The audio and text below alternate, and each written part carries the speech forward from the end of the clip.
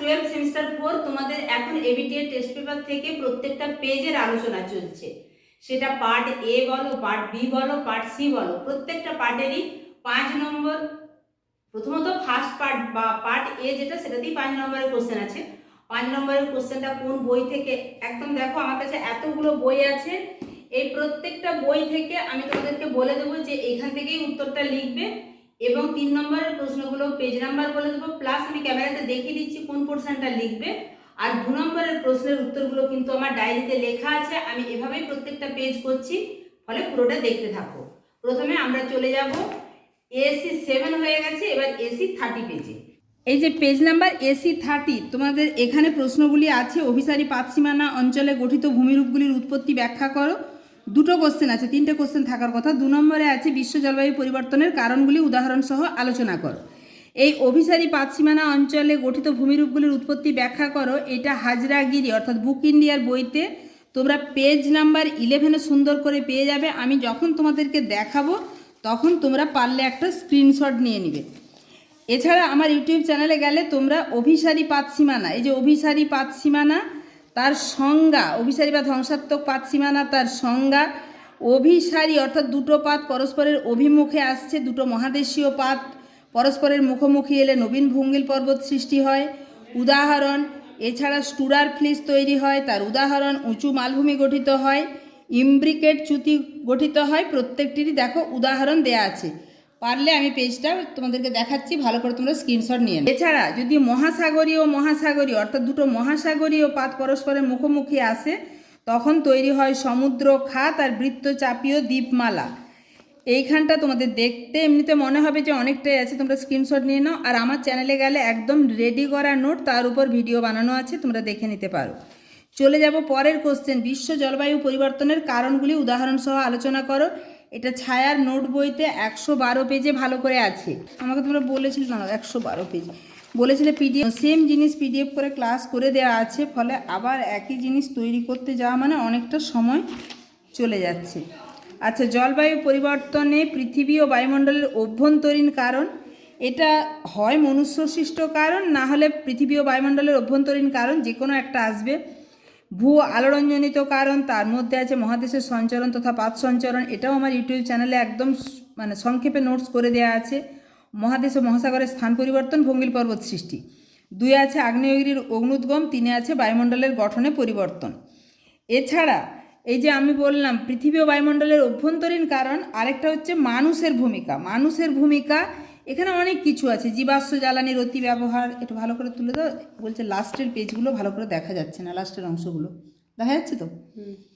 জীবাশ্ম জ্বালানির অতি ব্যবহার। 2তে আছে অরণ্য হনন, অবশ্যই এতটা করে লিখবে না, ছোট ছোট করে লিখবে। কৃষি ও পশুপালন, জাস্ট এই হেডিংগুলো থাকবে 1 লাইন 2 লাইন করে। শিল্প প্রক্রিয়া, ভূমি ব্যবহারে পরিবর্তন, পারমাণবিক অস্ত্র পরীক্ষা এবং বিস্ফোরণ, সঠিক বর্জ্য ব্যবস্থাপনার অভাব, অত্যধিক ক্লোরোফ্লোরোকার্বনের উৎপাদন। তাহলে এটা মনুষ্যসৃষ্ট কারণ প্লাস ভূ আলোড়নজনিত কারণ, প্রচুর আছে লেখা।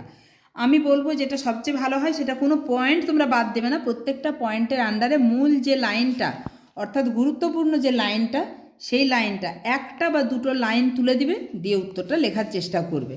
না হলে আবার সেই একই কথা আমার চ্যানেলে গেলে কিন্তু ক্লাসই করে দেওয়া আছে। ক্ষয়চক্রের 2য় পর্যায়ে নদীর সংখ্যা সর্বাধিক থাকে কেন?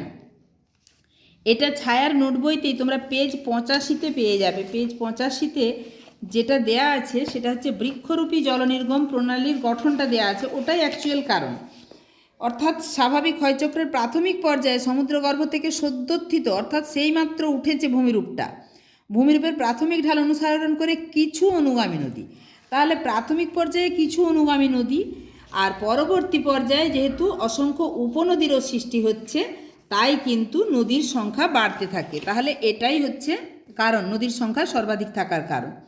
এরপরে বিভিন্ন ধরনের তটভূমি সম্পর্কে চিত্রসহ লেখো, এটা মিশ্র সেন অর্থাৎ প্রান্তিকের অরুণাভ মিশ্র রামকৃষ্ণ সেনের বইতে তোমরা 27 পাতাতে ভালো উত্তরটা পাবে। আমি যেগুলো সবচেয়ে ভালো লেগেছে যেই প্রশ্নের ক্ষেত্রে যে অংশটা, সেটাই তোমাদেরকে তুলে ধরেছি। এই যে ধরো তটভূমি শ্রেণী বিভাগ, পশ্চাৎ তটভূমি, সম্মুখ তটভূমি, পুরোদেশ তটভূমি, পশ্চাৎ দেশীয় তটভূমি, দেখো কত সংক্ষেপে লেখা আছে। এইটুকু অন্য বইতেও পাবে ভালো, কিন্তু একটু বড় করে আছে, তোমরা শুধু সংজ্ঞাটা এটা লিখবে। আর পারলে ছবি এটা দেবে। এই যে এটা পশ্চাৎ তটভূমি অর্থাৎ সম্মুখ তটভূমি, যে তটভূমি বা যে বালির উপর দিয়ে হেঁটে হেঁটে আমরা সমুদ্রে জল পর্যন্ত যাই সেই অংশটা সম্মুখ তটভূমি, তার জলের দিকের অংশটা পশ্চাৎ দেশীয় তটভূমি, আর যেটা হচ্ছে একদম পিছনের দিকে মানে স্থলভাগের দিকে সেটা হচ্ছে পশ্চাৎ তটভূমি। এটা পশ্চাৎ দেশীয় বা পুরো দেশীয়। যাই হোক, এটা ছবিটা দেবে। আর এইখান থেকে স্ক্রিনশট নিয়ে যাবে। এইখান চলে যাব পরের কোশ্চেনে। সেখানে সমুদ্র স্রোত সৃষ্টির ক্ষেত্রে একম্যানের ধারণাটি ব্যাখ্যা করো। এটা আমি তোমাদেরকে স্ক্রিন রেকর্ডিংয়ে দেখাচ্ছি, কারণ আমি সেভাবে বইতে কোথাও ভালো পেলাম না। দেখো, এখানে আলোচনা করা আছে সমুদ্র স্রোত সৃষ্টির পেছনে একম্যান প্রবাহ। এটি একটি গুরুত্বপূর্ণ এবং মৌলিক ধারণা।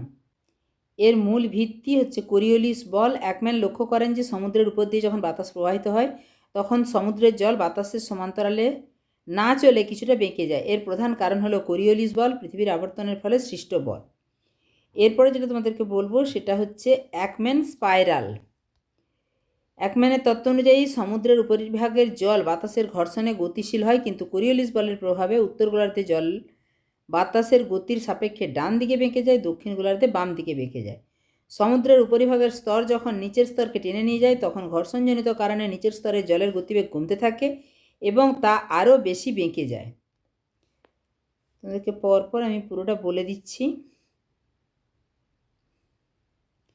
সমুদ্রের উপরিভাগের স্তর যখন নিচের স্তরকে টেনে যায় তখন ঘর্ষণজনিত কারণে নিচের স্তরের জলের গতিবেগ কমতে থাকে এবং তা আরও বেশি বেঁকে যায়। এইভাবে গভীরতা বাড়ার সাথে সাথে জলের প্রবাহের দিক একটি পেঁচানো সিঁড়ি বা স্পাইরালের মতো তৈরি হয়। একে একম্যান স্পাইরাল বলে। এরপরে নিট জলের পরিবহন। একম্যান স্পাইরালের সবচেয়ে গুরুত্বপূর্ণ ফলাফল হলো একম্যান পরিবহন। এটি বাতাসের গতির প্রভাবে তোমরা এখান থেকে লিখে নিতে পারো। সমুদ্রের জলরাশি সামগ্রিকভাবে যেদিকে প্রবাহিত হয় তাকেই একম্যান পরিবহন বলা হয়। তাত্ত্বিকভাবে সমুদ্রের উপরিভাগের জল বাতাসের দিকের সাথে 45 ডিগ্রি কোণে প্রবাহিত হয়, কিন্তু সমগ্র জলরাশির গড় প্রবাহ বাতাসের দিকের সাথে 90 ডিগ্রি কোণে অবস্থান করে। 4 সমুদ্র স্রোতের প্রভাব। একম্যানের ধারণা সমুদ্রবিদ্যার কয়েকটি গুরুত্বপূর্ণ ঘটনা ব্যাখ্যা করতে সাহায্য করে। আপওয়েলিং, যখন উপকূলীয় বায়ু একম্যান পরিবহনের মাধ্যমে সমুদ্রের উপরিভাগের জলকে তটরেখা থেকে দূরে সরিয়ে দেয় তখন নিচ থেকে পুষ্টি সমৃদ্ধ ঠান্ডা জল উপরে উঠে আসে। এরপরে গায়ের সৃষ্টি। মহাসাগরীয় উপক্রান্তীয় উচ্চচাপ বলে বায়ুপ্রবাহ এবং একম্যান পরিবহনের কারণে বিশালাকার ঘূর্ণস্রোত বা গায়ের তৈরি হয়। এরপরে সমুদ্রের উচ্চতার পরিবর্তন। একম্যান পরিবহনের ফলে সমুদ্রের মাঝখানে জল জমে উচ্চতা সামান্য বেড়ে যেতে পারে, যা পরবর্তীতে চাপের পার্থক্যের কারণে স্রোত সৃষ্টি করে। ব্যাস, এটাই ছিল এই কোশ্চেনটার উত্তর। তোমরা দরকার হলে এখানে আমি আবারও দিয়ে দিচ্ছি, পুরোটা স্ক্রিনশট নিয়ে নাও। দাঁড়াও, প্রথম থেকে দিয়ে দিই। এই যে মূল ভিত্তি, এই মূল ভিত্তি এখান থেকে শুরু করে পুরোটা লিখতে হবে। ঠিক আছে। এর পরের প্রশ্ন, জীববৈচিত্র্যের ধরনগুলি ব্যাখ্যা করো। অজিত শীলের বইতে তোমরা 117 পাতায় ভালো পাবে। অজিত শীল 117। জীববৈচিত্র্যের ধরন অর্থাৎ প্রকারভেদ 117 পেজে যেটা আছে। এখানে দেখো জীববৈচিত্র্যের প্রকারভেদ, তার মধ্যে এগুলো তোমাদের করানো আছে। জিনগত বৈচিত্র্য, প্রজাতিগত বৈচিত্র্য, বাস্তুতান্ত্রিক বৈচিত্র্য। জিনগত বৈচিত্র্য শুধু কাকে বলে মানে প্রথম দুটো লাইন লিখবে। প্রজাতিগত বৈচিত্র্য প্রথম দুটো লাইন লিখবে। বাস্তুতান্ত্রিক বৈচিত্র্য প্রথম দুটো লাইন লিখবে।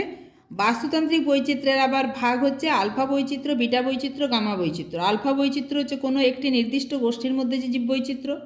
বিটা যখন অঞ্চলটা আরেকটু বড় হচ্ছে। গামা বৈচিত্র্য যখন আরেকটু বেশি বড় অঞ্চল তখন সেটা হচ্ছে গামা বৈচিত্র্য। তাহলে এটা হয়ে গেল 3 নম্বরের প্রশ্ন। এবারে 2 নম্বরের প্রশ্নের উত্তর আমি নিজে লিখে দেবো বলেছি। সমুদ্রবক্ষের বিস্তৃতির প্রমাণ হিসেবে পলিস্তরের ভূমিকা কী? অর্থাৎ সমুদ্রবক্ষের বিস্তৃতি মানে কি, সেখানে দুটো পাত পরস্পর থেকে দূরে সরে যাচ্ছে।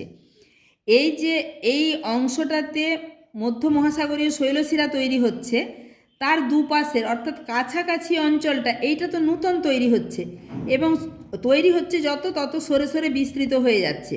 তার মানে কি এই জায়গাগুলোতে আগে গঠন হয়েছে, এইগুলো নূতন সৃষ্টি হচ্ছে।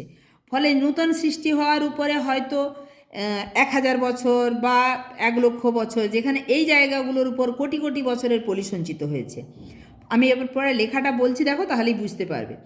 মধ্য সামুদ্রিক শৈলশিরার শীর্ষদেশে সামুদ্রিক পলি দেখা যায় না, কারণ এখানে ম্যাগমার উদগীরণ পলি সঞ্চয়ে বাধা সৃষ্টি করে। এই যে যেখানে মধ্য সামুদ্রিক শৈলশিরার সৃষ্টি হচ্ছে, তার মানে এটা তো ম্যাগমা উত্থিত হয়ে এখানে পলি সঞ্চয়ে বাধা সৃষ্টি করে কে? আগ্নেয়গিরি। সামুদ্রিক শৈলশিরার কাছে পিলেজিক অবক্ষেপ খুব কম, শৈলশিরার কাছে অবক্ষেপ খুব কম এবং যত দূরে যাবে তত সঞ্চয় বেশি। এ থেকে বলা যায় শৈলশিরা অঞ্চলে ভূত্বক পরে গঠিত হয়েছে সেখান থেকে, এবং সেখান থেকে সমুদ্র তলদেশের বিস্তৃতি ঘটেছে। এই যে এখান থেকে সমুদ্র তলদেশের বিস্তারটা আস্তে আস্তে ঘটেছে। ইনসেলবার্জ কি? ইনসেলবার্জ একটি, এখানেও 4টি প্রশ্ন আছে, 2টি প্রশ্নের উত্তর লিখতে হবে। ইনসেলবার্জ একটি জার্মান শব্দ যার অর্থ হলো দ্বীপশৈল। মরুভূমির মধ্যে বেশ কিছু কঠিন শিলাস্তূপ ক্ষয় প্রতিরোধ করে অবশিষ্ট পাহাড় হিসেবে অবস্থান করে, একে ইনসেলবার্জ বলে। কালাহারি মরুভূমিতে দেখা যায়, উদাহরণ দিতেও পারো না দিতেও পারো, সংজ্ঞাটা লিখলেই 2 নম্বর পেয়ে যাবে। ভূবিজ্ঞানী বর্নহার্ড এর নামকরণ করেছিলেন ইনসেলবার্জ ভূমিরূপটার, তাই এই ইনসেলবার্জ বা এই টিলার মতো ভূমিরূপকে বর্নহার্ডও বলে। ফলে এখানে আমি এই লাইনটা তোমাদের অবশ্যই দরকার নেই, কিন্তু আমি এটা জানিয়ে রাখলাম। তাহলে বর্নহার্ড, এটাও যদি শর্ট কোশ্চেন আসে এটাও তোমরা লিখে নিতে পারবে। তবে ইনসেলবার্জ কাকে বলে সেক্ষেত্রে এটা দরকার নেই। নিকবিন্দু কাকে বলে? নিকবিন্দু হলো নদীর গতিপথের এমন এক স্থান যেখানে নদীর ঢালের আকস্মিক পরিবর্তন ঘটে। অর্থাৎ এই যে মৃদু ঢালে নদীটা আসছিল, হঠাৎ করে আকস্মিক পরিবর্তন হলো, অর্থাৎ এই মৃদু ঢাল এবং যেটা খাড়াই ঢাল তার যে সংযোগ স্থল সেটা হচ্ছে নিকবিন্দু, এবং পরবর্তীকালে এর উপরে এই নিকবিন্দু থেকেই জল আছড়ে পড়ে জলপ্রপাত সৃষ্টি হয়। এই নিকবিন্দুতেই পুরানো মৃদু ঢাল এবং নতুন খাড়া ঢাল সংযুক্ত হয়, নিকবিন্দুতেই জলপ্রপাত সৃষ্টি হয়। জীববৈচিত্র্যের হটস্পট কাকে বলে? জীববৈচিত্র্যের হটস্পট হলো পৃথিবীর এমন কিছু নির্দিষ্ট জীবভৌগোলিক অঞ্চল যেখানে প্রচুর পরিমাণে উদ্ভিদ ও প্রাণী প্রজাতির বৈচিত্র্য দেখা যায়, যার অধিকাংশই পৃথিবীর অন্য কোথাও পাওয়া যায় না। তাহলে এমন একটা অঞ্চল যেখানে প্রচুর উদ্ভিদ এবং প্রাণী প্রজাতির বৈচিত্র্য রয়েছে, প্রচুর, এবং শুধু বৈচিত্র্য রয়েছে নয়, এখানে যে বৈচিত্র্যটা আছে বা এখানে যে প্রাণী প্রজাতি আছে সেটা পৃথিবীর আর অন্য কোথাও পাওয়া যায় না, অর্থাৎ এন্ডেমিক। তবে এই যে জীববৈচিত্র্য এইগুলো সংরক্ষণ না করলে বা সচেতনভাবে তাদেরকে যদি সুরক্ষিত না রাখা যায় তাহলে কিন্তু এগুলো বিপন্ন বা ধ্বংসের মুখে। তাহলে এই ছিল আজকের উপস্থাপনা। ভিডিওটা ভালো লাগলে অবশ্যই একটা লাইক করে দিও, চ্যানেলে নতুন হলে চ্যানেলটা অবশ্যই সাবস্ক্রাইব করে রাখবে, আর বন্ধুদের মাঝেও ভিডিওটা শেয়ার করে দিও।